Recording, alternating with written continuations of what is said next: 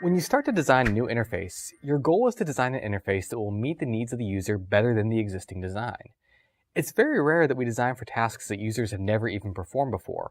We're almost always developing new ways to accomplish old tasks. Facebook, for example, was a new way to socialize and communicate with others, but the fundamental activities of socializing and communicating weren't new. Facebook just met those needs better, or at least met certain needs better depending on who you ask. In order to design interactions that are better than existing designs, it's important to take into consideration the user's needs at every stage of the design process. That's what this unit of this course will cover. We don't generally want to build creative novel interfaces just for the sake of creativity or novelty. We want novelty to have a purpose, and to achieve that purpose, it must be used with a strong understanding of the user's task. So in this unit, we'll cover the design lifecycle as well as methods for gathering feedback and information from users at every stage of the cycle. However, before we get started on that, we need to set up some basic concepts we'll use throughout our discussions. We'll start by discussing user-centered design, and then we'll introduce the 4-stage design lifecycle. We'll discuss a few different general methods for pursuing the design lifecycle, and then finally we'll discuss the 2 kinds of information or data that we gather, qualitative and quantitative. User-centered design is design that considers the needs of the user throughout the entire design process. As far as we're concerned, that's pretty much just good design. But oftentimes that isn't the way design is done. Design is often done to meet some functional specifications of what the tool must technically be able to accomplish, instead of considering the real needs of the user. Or sometimes people will go through an entire design process believing they understand the needs of the user without ever really checking.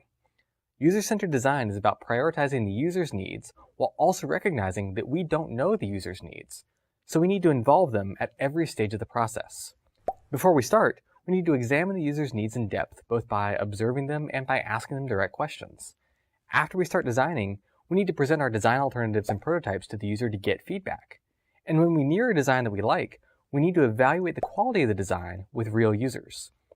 Having a good working knowledge of HCI principles helps us go through this more quickly, but we can't design great interfaces just by applying guidelines and heuristics alone. We have to interact with our users, understand their needs, and involve them in the evaluation. The International Standards Organization has outlined 6 principles to follow when pursuing user-centered design. Number 1. The design is based on explicit understanding of users, tasks, and environments. That means we must gather information about the users, the tasks they perform, and where they perform those tasks, and we need to leverage that knowledge throughout the design process. Number 2. Users are involved throughout design and development. Involvement can take on many forms, from regularly participating with interviews and surveys about our designs, to actually working on the design team alongside the designers themselves. Number 3. The design is driven and refined by user-centered evaluation. We absolutely must have real users evaluating the prototypes and interfaces that we assemble. Number 4. The process is iterative. No tool is developed once, released, and then abandoned. Designs undergo constant iteration and improvement, even after being released. Number 5. The design addresses the whole user experience. Many designers are tempted to delineate a certain portion of the experience as their primary interest, but we must address the entire user experience. Number 6. The design team includes multidisciplinary skills and perspectives. Good teams for pursuing user-centered design include people with a number of different backgrounds, like psychologists, designers, computer scientists, domain experts, and more. So keep these principles in mind when you're doing user experience design. When we talk about user-centered design, we throw around the word user as if it's pretty obvious what it means. The user is the person who uses the interface that we create, right? However, that's not the only person in whom we're interested.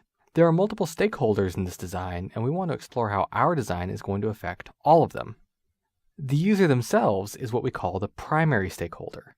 They're the person who uses our tool directly. Secondary stakeholders are people who don't use our system directly, but who might interact with the output of it in some way. Tertiary stakeholders are people who never interact with the tool or even interact with its output, but who are nonetheless impacted by the existence of the tool. So let's take a couple examples of this. Imagine we're designing a new gradebook tool that makes it easier for teachers to send progress reports to parents.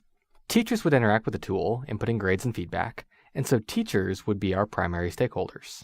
Parents receive the output of that tool. Parents receive the progress reports, and so they're secondary stakeholders. They interact with the output of the system, but not with the system itself. Students don't use the system at all, and maybe they don't even see the progress reports unless parents decide to share them, but they're nonetheless affected by the existence of this system, so they're tertiary stakeholders. School administrators might be another stakeholder, but where they fall in this would differ based on how the school sets up the relationship. If they can use the tool to directly monitor and intervene in student progress, they might be primary stakeholders. If they just see aggregated progress reports so they can monitor things, they might be secondary stakeholders. If they never interact with the system in any way, they're nonetheless likely affected by the fact that the system is there, and so they'd be tertiary stakeholders. In designing this tool, we need to keep all three kinds of stakeholders in mind. For example, how does parents having more consistent access to grade information affect the students? It might foster increased involvement by parents, but it might also facilitate helicopter parenting, where parents are too controlling over their kids' schoolwork and prevent them from developing the necessary metacognitive skills and self-discipline that they need to succeed later in life. User-centered design isn't just about catering to the user in the center of this diagram, but it's also about looking at the impact of our designs on all the stakeholders. You might actually come from a software engineering background, and so while user-centered design sounds obvious to some people, you might have experienced the other side of the coin. In many industries and domains, software engineers are still left to design the user interfaces themselves. There's a fantastic book about this called The Inmates Are Running the Asylum by Alan Cooper, where he compares technology to a dancing bear at a circus. He notes that people marvel at the dancing bear not because it's good at dancing, but because it dances at all. The same way, people marvel at certain pieces of technology not because they work well, but because they work at all. The book was released in 2004, and since then the user has become more and more a focal point of design. And yet there are still places where individuals with little HCI background are designing user-facing interfaces for one reason or another. Since there's a strong chance you've worked in software engineering, reflect on that a bit. Have you seen places where software engineers, data scientists, or even non-technical people were put in charge of designing user interfaces? How did it go?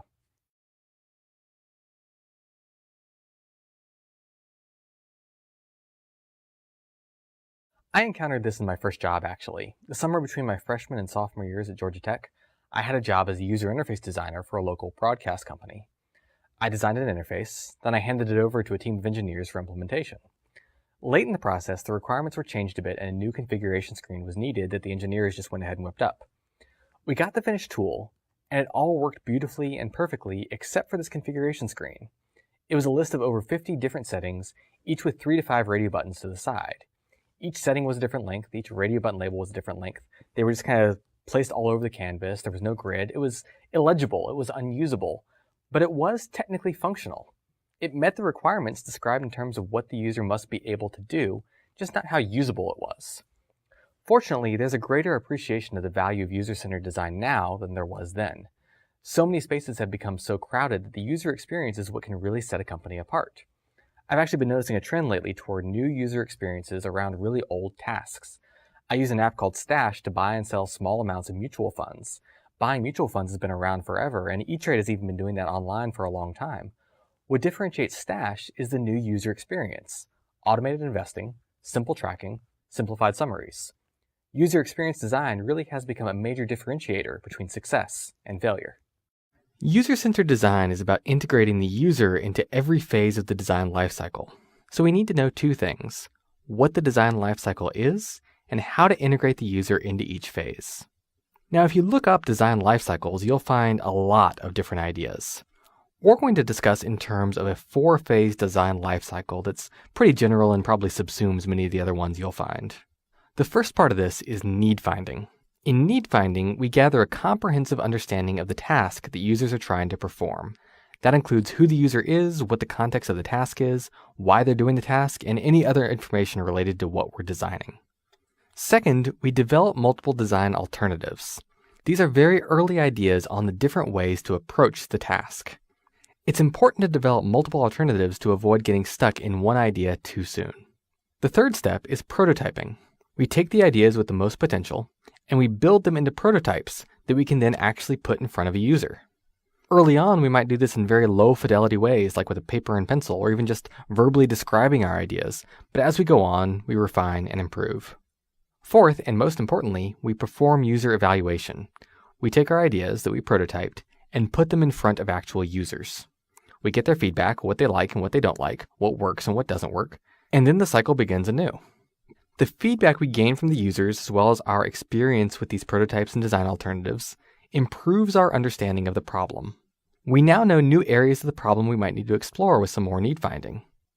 Now we might have some new ideas for design alternatives or some new ways of expanding the designs that we already have. We then take those things and use them to improve our prototypes, either prototyping new ideas that we didn't have before, or making our prototypes more rigorous and more polished so that we can get even better evaluation. And then we put them in front of users again. Each time we go through this cycle, our understanding improves, our designs improve, and our prototypes improve. Eventually, our prototypes develop to the point of being designs ready for launch. But the cycle doesn't end there. We keep iterating, now with live users doing the evaluation. At every stage of this design lifecycle, we're interested in gathering information from the user to better inform our designs. To do that, we need a number of methods to actually obtain that information. Fortunately, there are a number of methods we can employ to try to gather the information that we need. And in fact, the majority of this unit will go through all these different methods. These will become the tools in your toolbox, things you can call upon to grab the information you need when you need it. Note that many of these methods are so well developed that you could cover them in entire units or even entire courses. For example, we'll spend about 3 or 4 minutes talking about naturalistic observation, and yet there are entire textbooks and courses on how to do naturalistic observation really well. The goal of this is to give you enough information to get started and enough to know what you need to explore next. Remember, one of the original goals of this class was not just to understand more HCI, but also to understand how big the field of HCI actually is. When we talk about feedback cycles, we talk about how they're ubiquitous across nearly every field, and HCI itself isn't any different. In a feedback cycle, the user does something in the interface to accomplish some goal, and then judges based on the output from the interface whether the goal was accomplished. Then they repeat and continue. In HCI, we're brainstorming and designing interfaces to accomplish goals, and then based on the output of our evaluations, we judge whether or not the goals of the interface were actually accomplished. Then we repeat and continue. In many ways, we're doing the same things that our users are doing, trying to understand how to accomplish a task in an interface. Only in our case, our interface is the tools to build and evaluate interfaces, and our goal is to help them accomplish their goal. There is one final distinction we need to understand going forward because it's going to come up at every stage of the design lifecycle: qualitative versus quantitative data. At every stage of the design lifecycle, we're interested in gathering data from users. Early on, that might be descriptions of what they do when they're interacting with a task, or it might be measures of how long certain tasks take to complete, or how many people judge a task to be difficult. Later on, though, it might be whether or not users prefer our new interfaces, or how much better they perform on certain tasks. Now, data will always fall into one of two categories: qualitative and quantitative. Quantitative is probably the easier one to describe. Quantitative data describes anything numeric. When data is summarized numerically, we can perform statistical tests and summaries on it, draw formal conclusions, and make objective comparisons. Now, there are a lot of strengths of quantitative data, but those strengths come in large part because quantitative data only captures a narrow view of what we might be interested in examining. It's very strong for a very small class of things. Qualitative data covers pretty much everything else. Qualitative data covers descriptions, accounts, observations. It's often in natural language. It could be open-ended survey responses, or interview transcripts, or bug reports, or just your personal observations. Because of its flexibility, qualitative data gives us a much broader and more general picture of what we're examining. But the cost is that it's harder to generate formal conclusions based on qualitative data. Qualitative data may be more prone to biases. Now, in some circumstances, we can convert qualitative data into quantitative data. For example, we could count the number of survey respondents to an end-of-course survey who mentioned course difficulty in their free response questions. Now, the free response question would be qualitative data, but numerically summarizing it generates quantitative data. Generally speaking, though, quantitative and qualitative data serve different purposes in the design lifecycle. I've heard it described that quantitative data provides the what, but qualitative data provides the how or the why.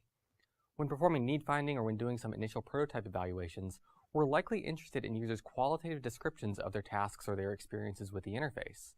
It's generally only after a few iterations that we start to be interested in quantitative analysis to find numeric improvements or changes. We can also use these in conjunction with one another, collecting both quantitative and qualitative data from the same participants. That's referred to as a mixed method approach. It's a mix of qualitative and quantitative data to paint a more complete picture of the results. Let's do a quick exercise on quantitative versus qualitative data. Let's imagine we're doing end-of-course evaluations for some class. For each of the following types of data, mark whether it would be considered quantitative or qualitative. You can skip ahead if you don't want to listen to me read all these out. We have responses to, on a scale of 1 to 5, rate this course's difficulty. Responses to, how much time did you spend per week on this course? Responses to, what did you like about this course? Count of students mentioning office hours to the above question. Percentage of students that completed the survey. Responses to a forum topic requesting non-anonymous course reviews. The number of participants in a late semester office hours session. And the transcript of the conversation of that late semester office hours session.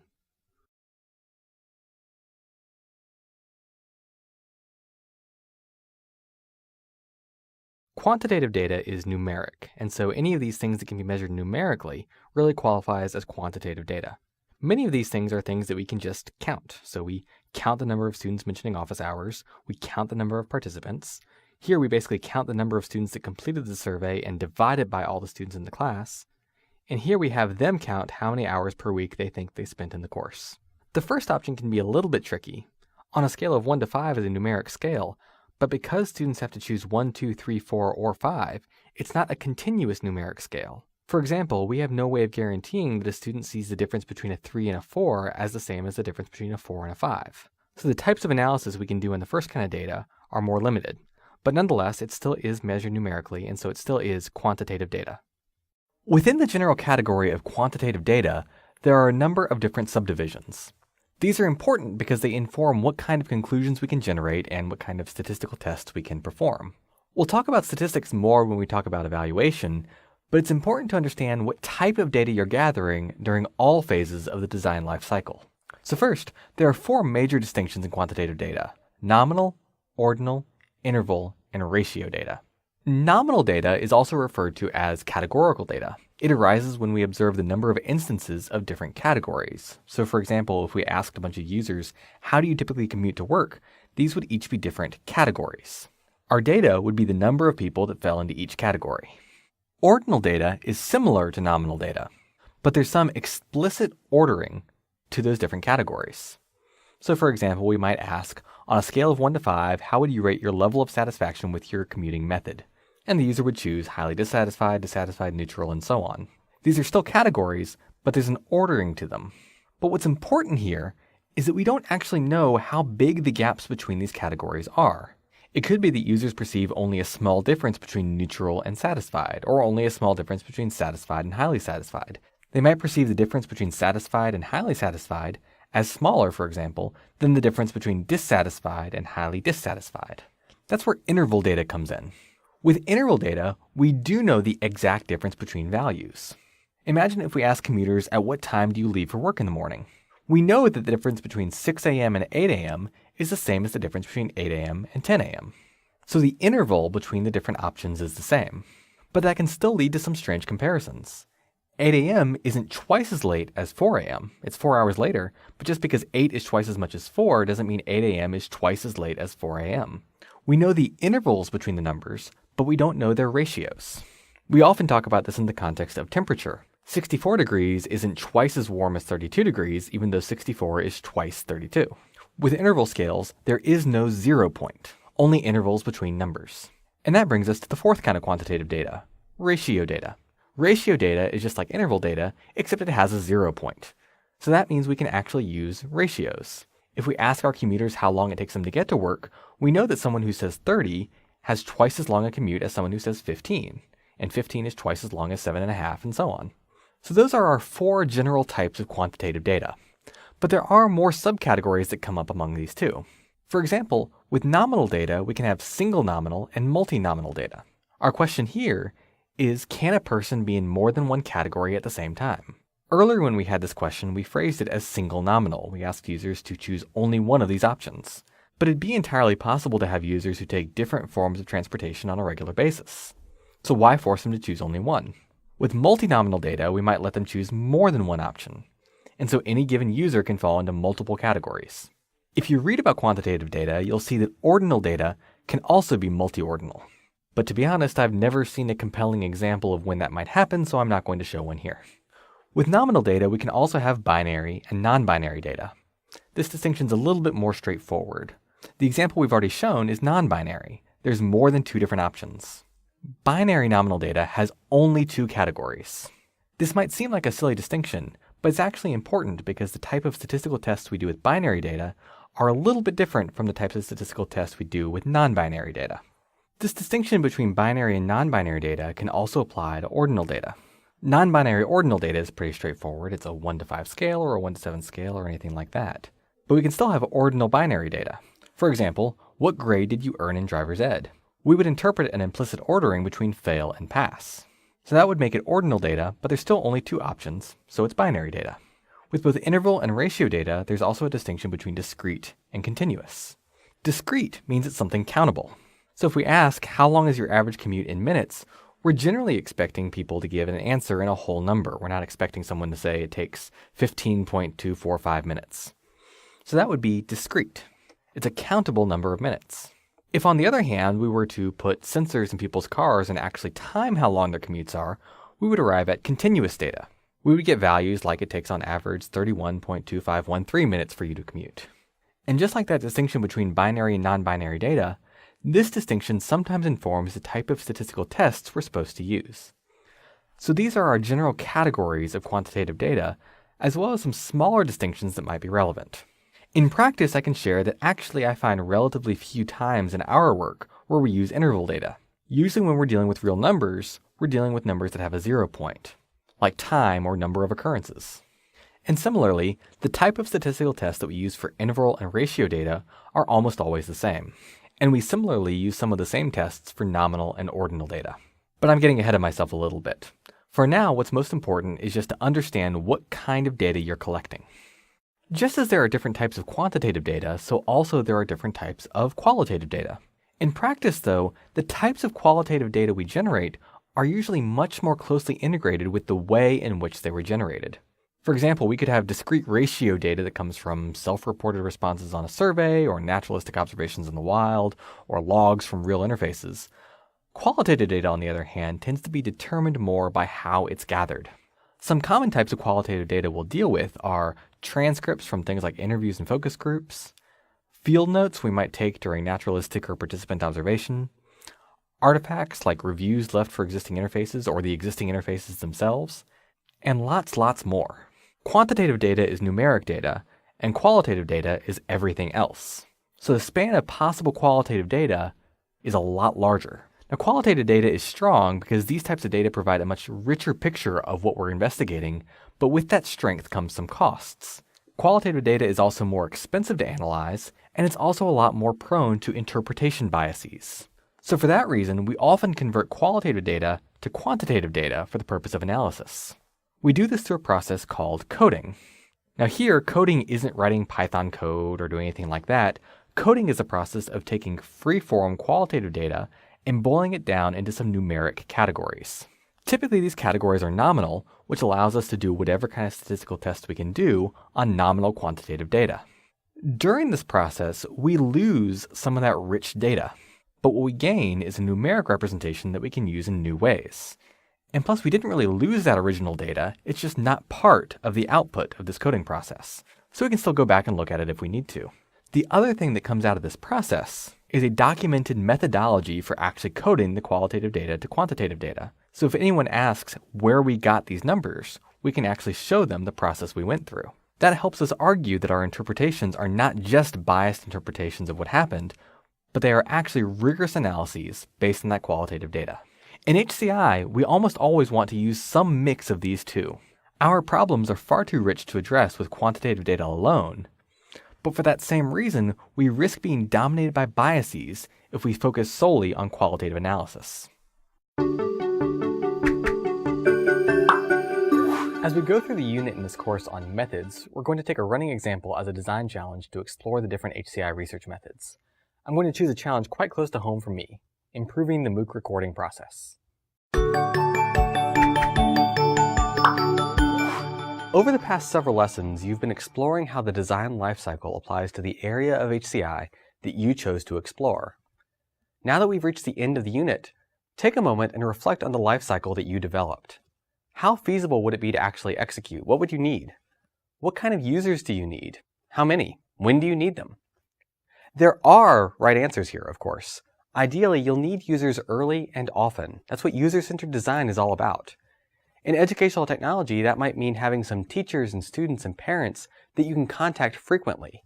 In computer-supported cooperative work, that might mean having a community you can visit often to see the new developments.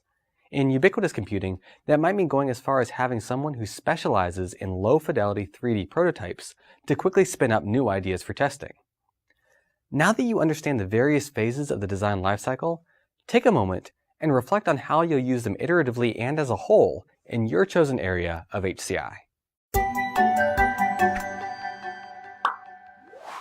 In this lesson, we introduced the concept of the design lifecycle.